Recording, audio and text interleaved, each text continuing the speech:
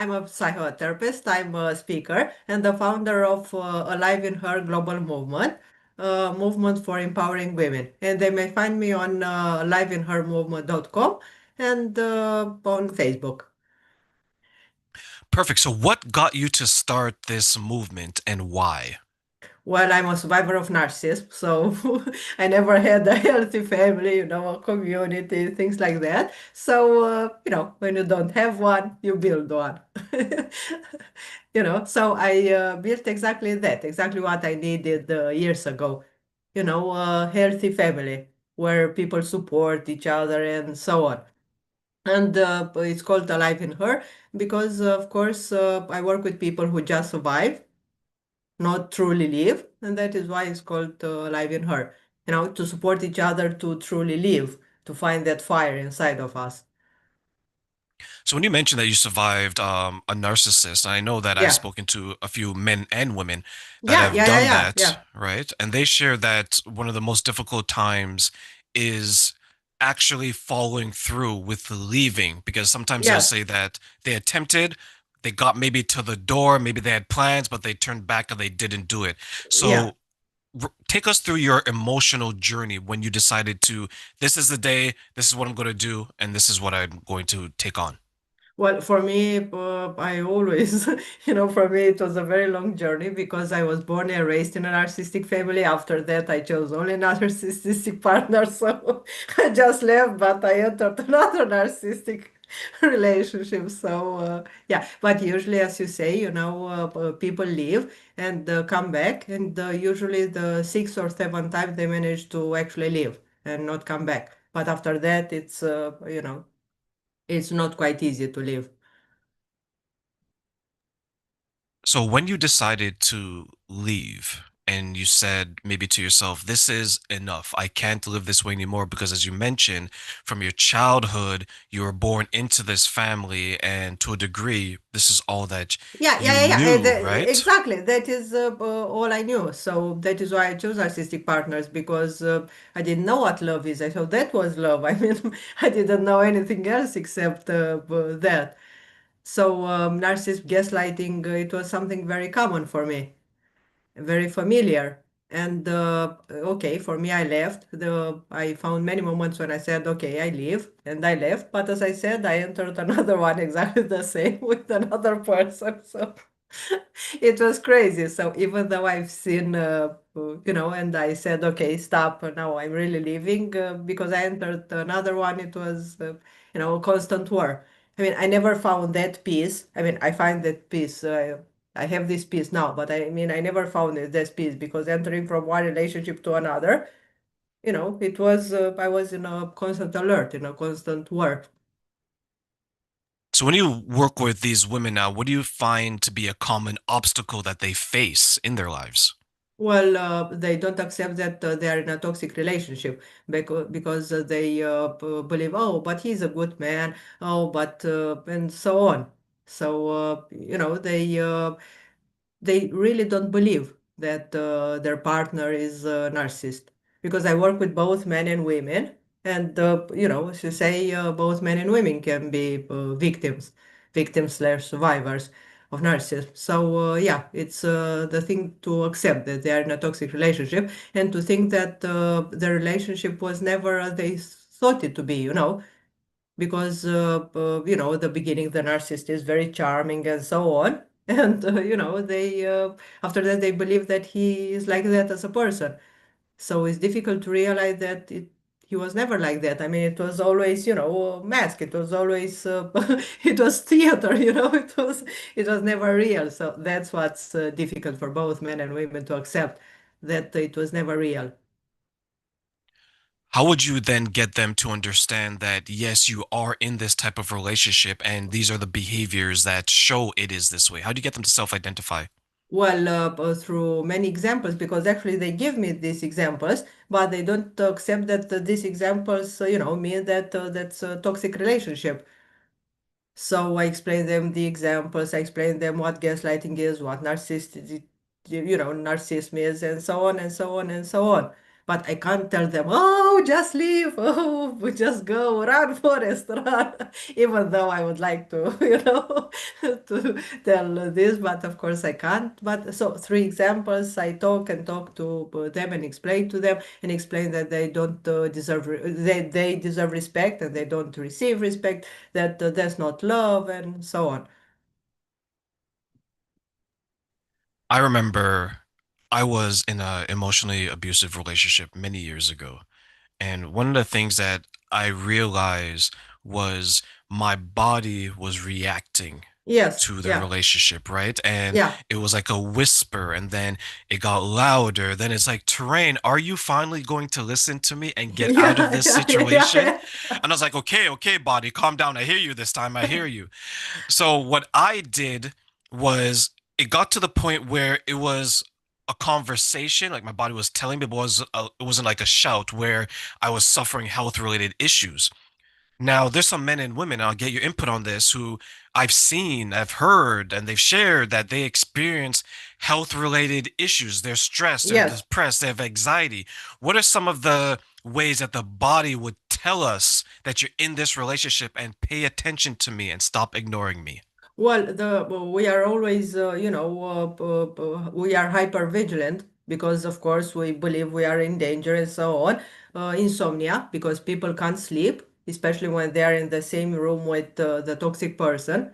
Of course, they don't know why they can't sleep, but they can't sleep. Depression, anxiety, lack of motivation, sadness, tired.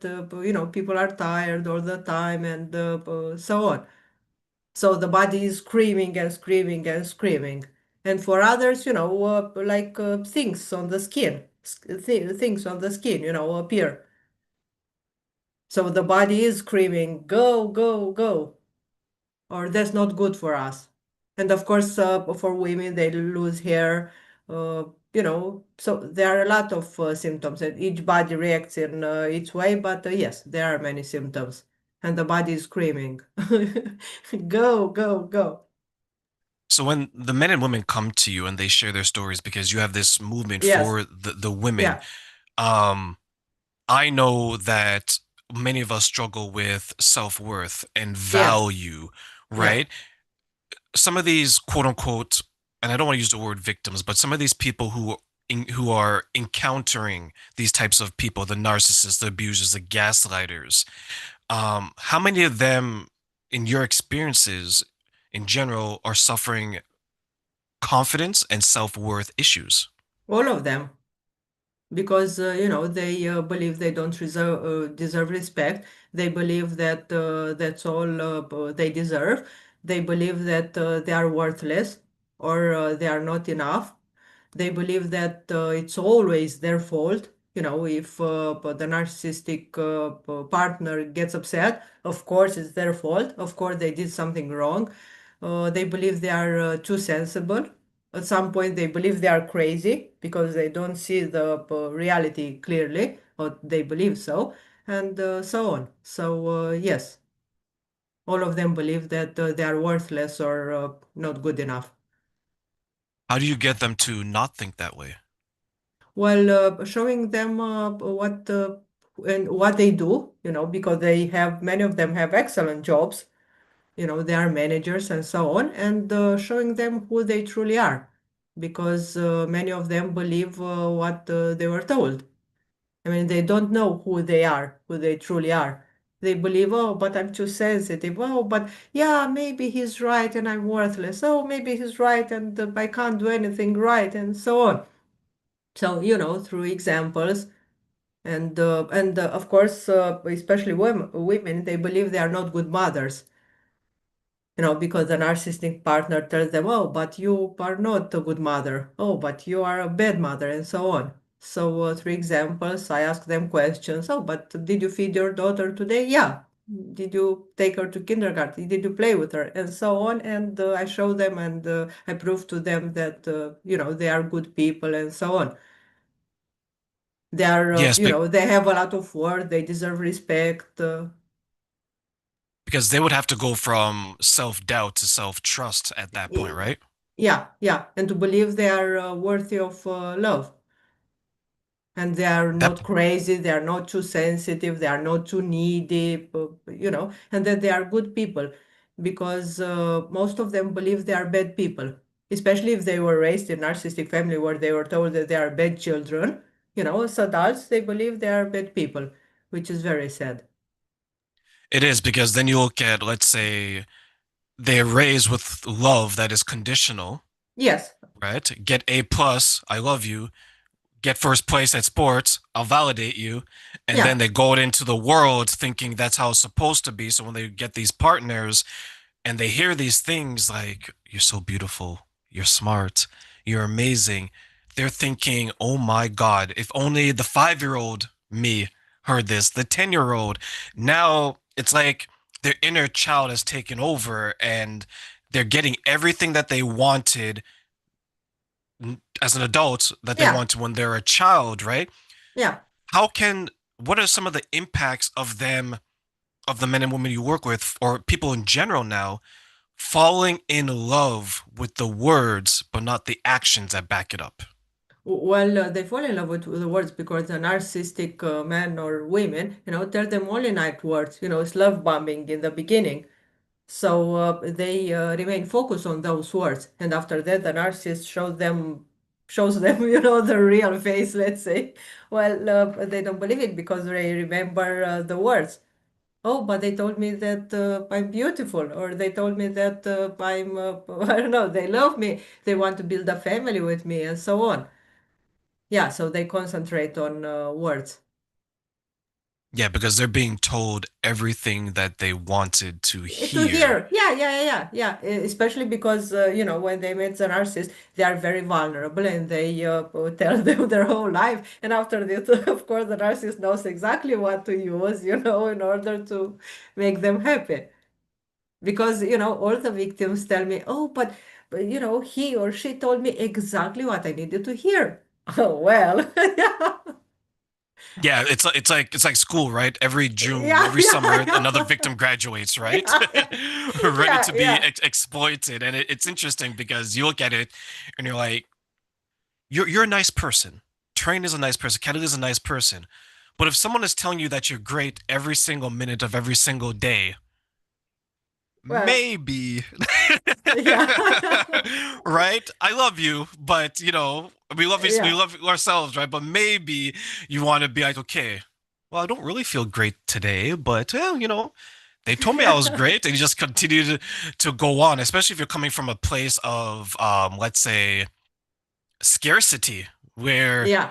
you may not even love yourself in the ways that this person is manipulating you to think that they love you. When that mask finally falls, what are some of the emotional responses that either yourself has had or some of your clients have had at that point? Well, confusion because they don't understand. What? But that person was different yesterday. And who is that person?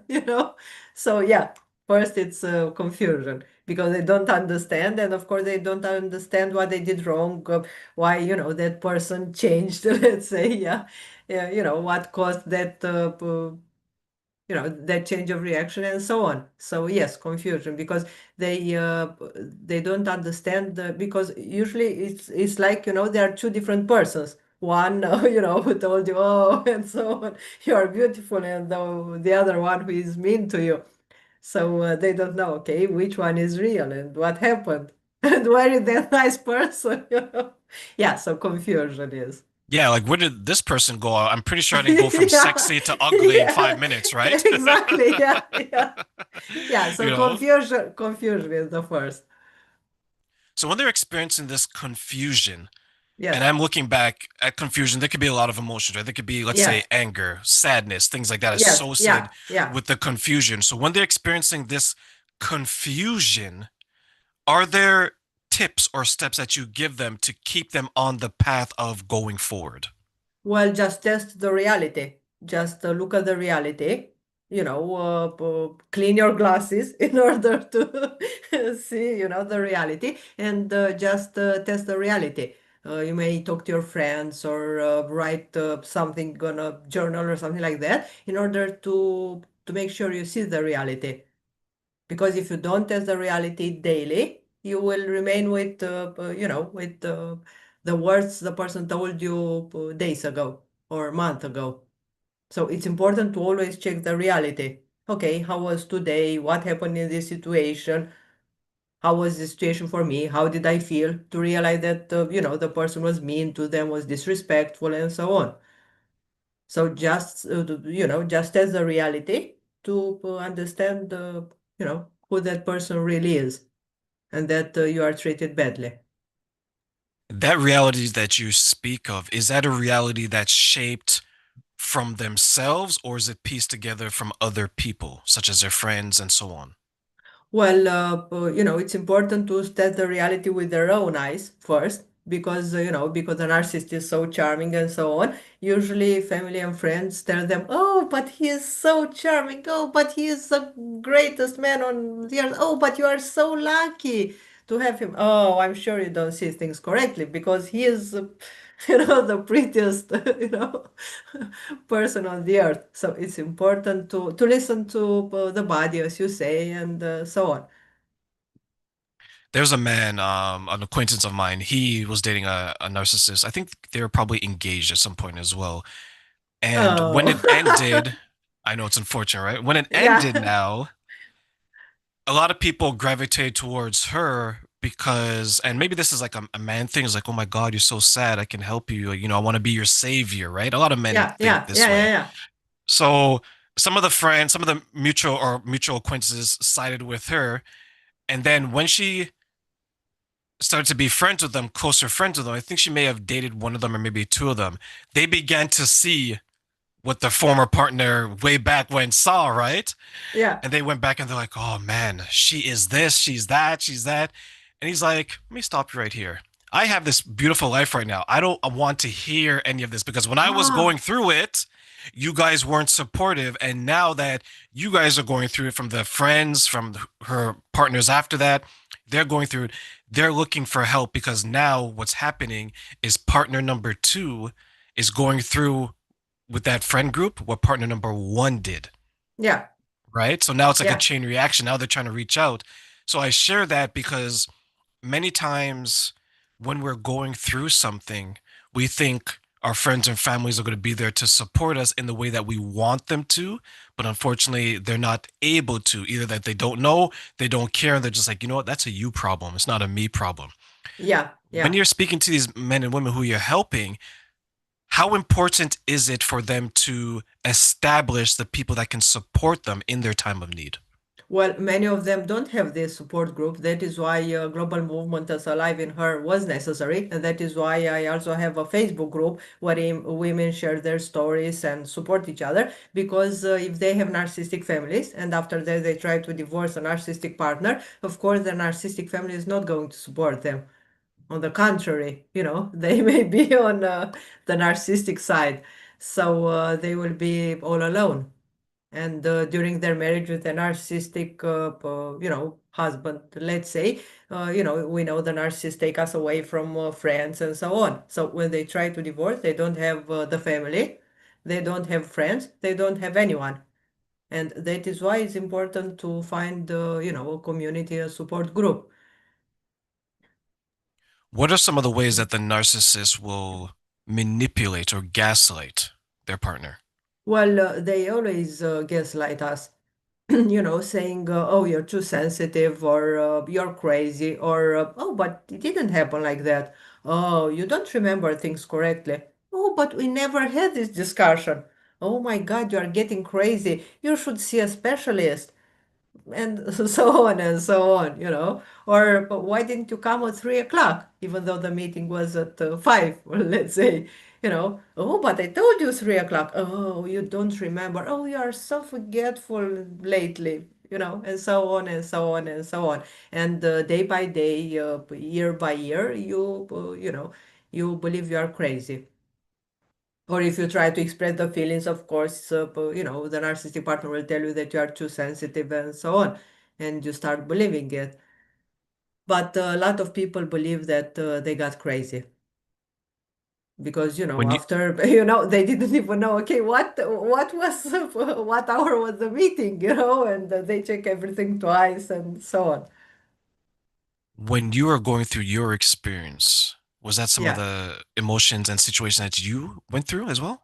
Oh yes, I had been gaslighting. I had been gaslighted my whole life by my family, partners, and so on. So gaslighting was something very common for me. So even now, when I'm 47 years old, there are situations when I check things twice, or before I take a decision, I check them, with myself, or I think them twice, let's say, because I was gaslighted for so long that there are some moments when I'm not sure I see things correctly. Of course, not, I mean, like your blouse, I believe it's black, even though it's white, it's not like that. But, when I need to take, let's say, big decisions, I think them twice. Thanks God it's Look, not too often, but it still happens.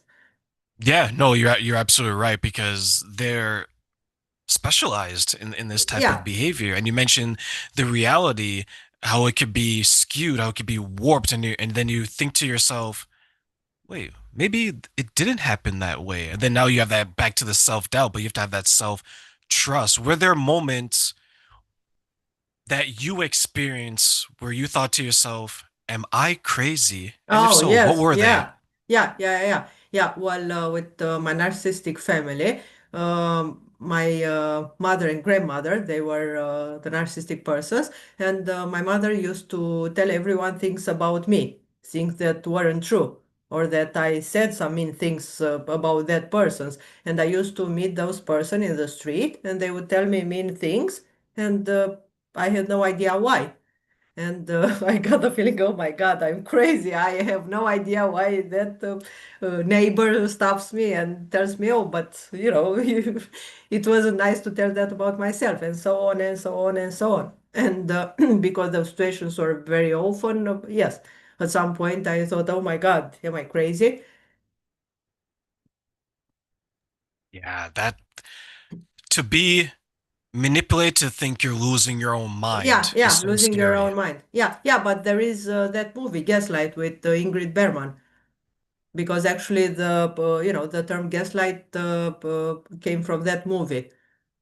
So for your listeners, they may watch that movie. It's very old, but it's very nice, Ingrid Bergman, right? Yeah, and that's exactly what's in the movie. So in reality, it happens exactly like this.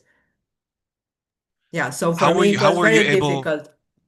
I was gonna say, how were you able to break that emotional hold from your narcissistic partner, ex-partner?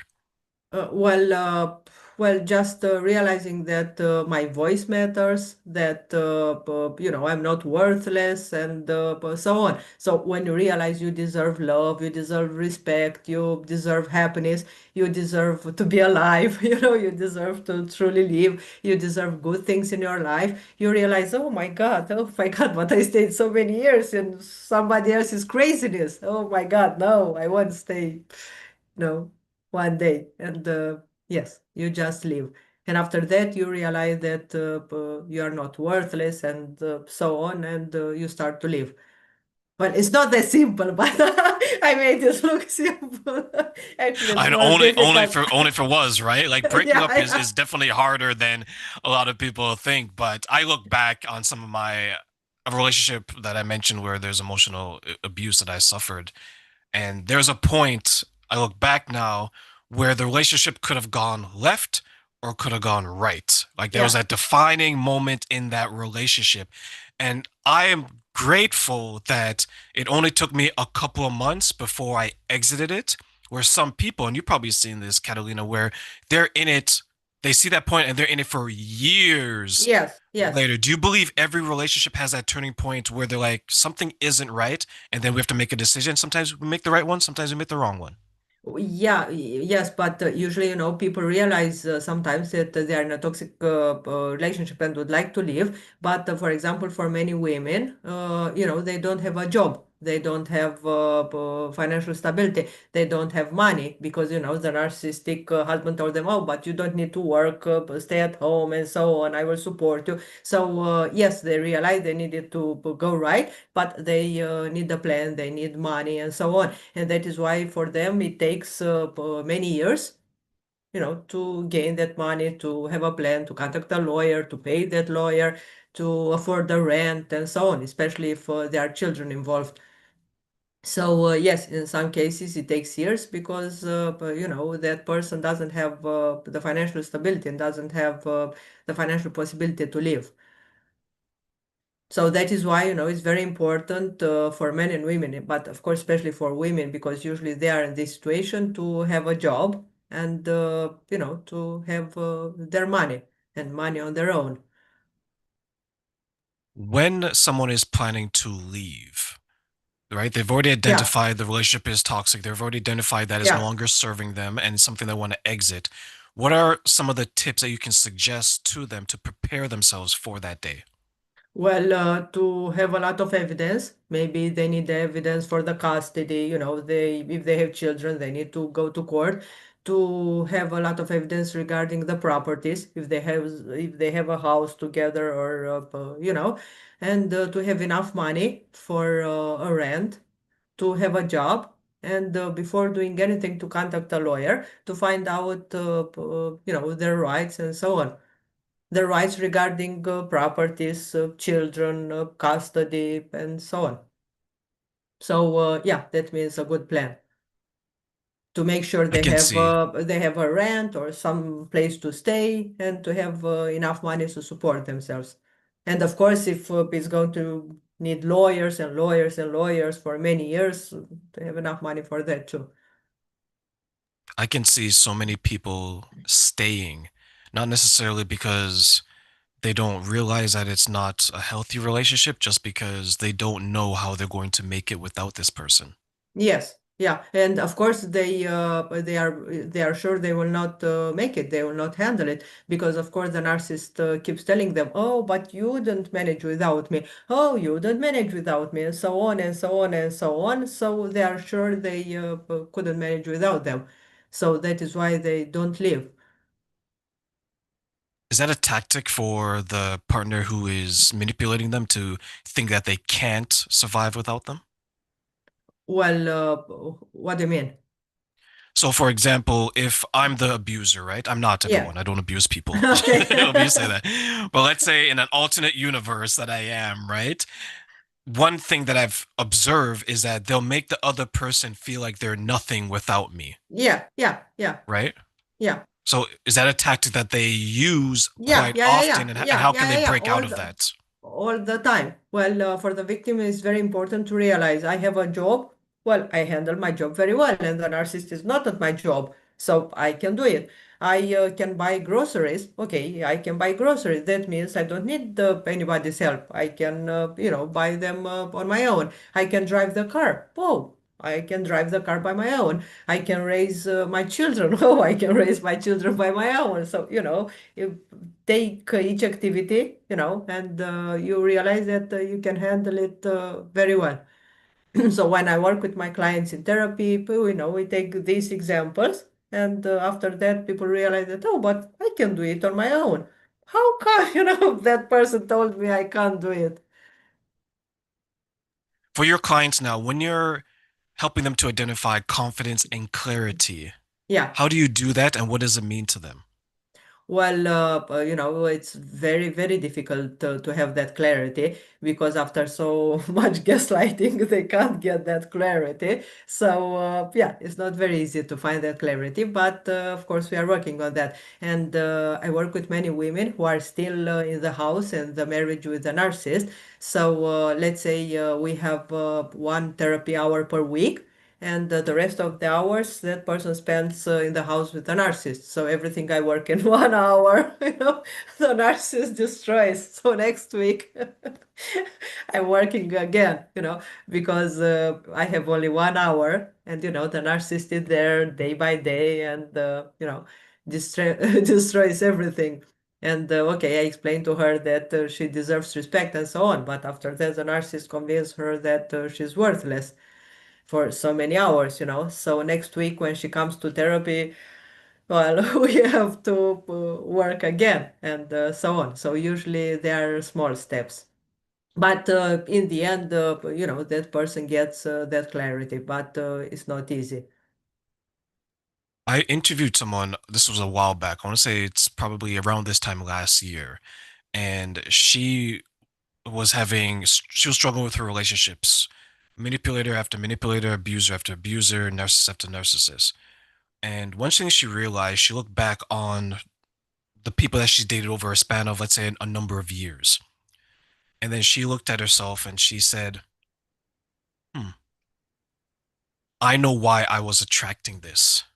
This is Yes, how I was presenting myself. Is that a common thing that happens where after some self-evaluation, their clients can self-identify that there's yes. certain presentations that they did to attract these people? Yeah, yeah, because all of them are very empathic, And so the narcissist says, oh, that person is empathic. Oh, that person has a lot of empathy. Oh, that person will understand me, will forgive me. Oh, that person is very weak, let's say, and so on. So yes, older people has a lot of empathy. Another characteristic is they don't have boundaries. They can't say no. They can't, set boundaries and maintain boundaries. So they are the perfect victims. And of course, they keep attracting, the narcissist and the narcissist. Oh, see them from far away.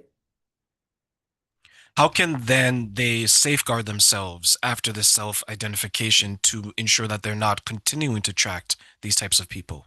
Well, to understand that it's very good that they have empathy, but they need to use it, on the right people. And it's very important to have boundaries. It's very important to keep boundaries, and it's very, very important to know what their needs are, because usually, victim of narcissistic relationship is not interested in her needs, her desire, what she likes, what she dislikes. So it's very important to know what exactly she needs and to fulfill those needs. So to have empathy, but with the right people, to set boundaries and to maintain boundaries, and of course to know their needs and to fulfill. You mentioned boundaries, and I'm a big proponent of boundaries. I think it's very important, and I position it in a way that boundaries isn't to keep people out, it's to protect you, not Yeah, only from yeah, yourself, but maybe even other people. yeah. How can we create strong boundaries? Well, for example, also the holidays are coming. Our narcissistic family may call, oh, do you come for holidays? Oh, do you come to the Christmas table? And we may say, no, no, I'm not coming. And we may, we may stay at home or go to friends or whatever. And yeah, we are allowed it not to go. So that's a strong boundary, especially because holidays are coming and because a lot of people go to their narcissistic family. And of course, those parents and grandparents are very mean to them and they have horrible days because they are sure that but they need to go there. Oh, but it's my family. Oh, but it's my mother. Oh, but it's Christmas. Oh, but God sees me and now I need to go, and so on. So it's very important to know that they are allowed it not to go. And it's very okay to have zero contact or minimum contact. when it's when someone is creating boundaries, there's a certain type of emotions. They may feel empowered to do so, passionate, Yes, happy, right? And then the maintenance, I think, is sometimes more difficult for people because they're like, oh crap, now I gotta actually live what I'm saying, right? And act how I'm saving. What yeah. role do you think that maybe the guilt plays in them using their boundaries to protect themselves from other people? Oh, but it's always guilt because there is a lot of emotional blackmail because, the narcissistic family may call, oh, but I'm very sick. Oh, but that can be our last Christmas together. Oh, when you're not coming home. Oh, and so on. So, yeah, there is a lot of guilt because it's emotional blackmail. So they're thinking that the guilt is coming from outside of themselves because of family members or the person may Yeah. say that today could be my last day. Are you sure you don't want to Yeah. spend time with me? How can Oh, we, how but can you'll then the person, regret it. You'll regret it next December when I'm not here, when I'm not around, you'll regret it. How can we protect ourselves from that type of conversation? Well, to understand that that's a manipulation, of course, and that's of emotional blackmail and so on. And how can we protect ourselves? Not to answer the phone, Just let the phone ring and that's it. Ignore it.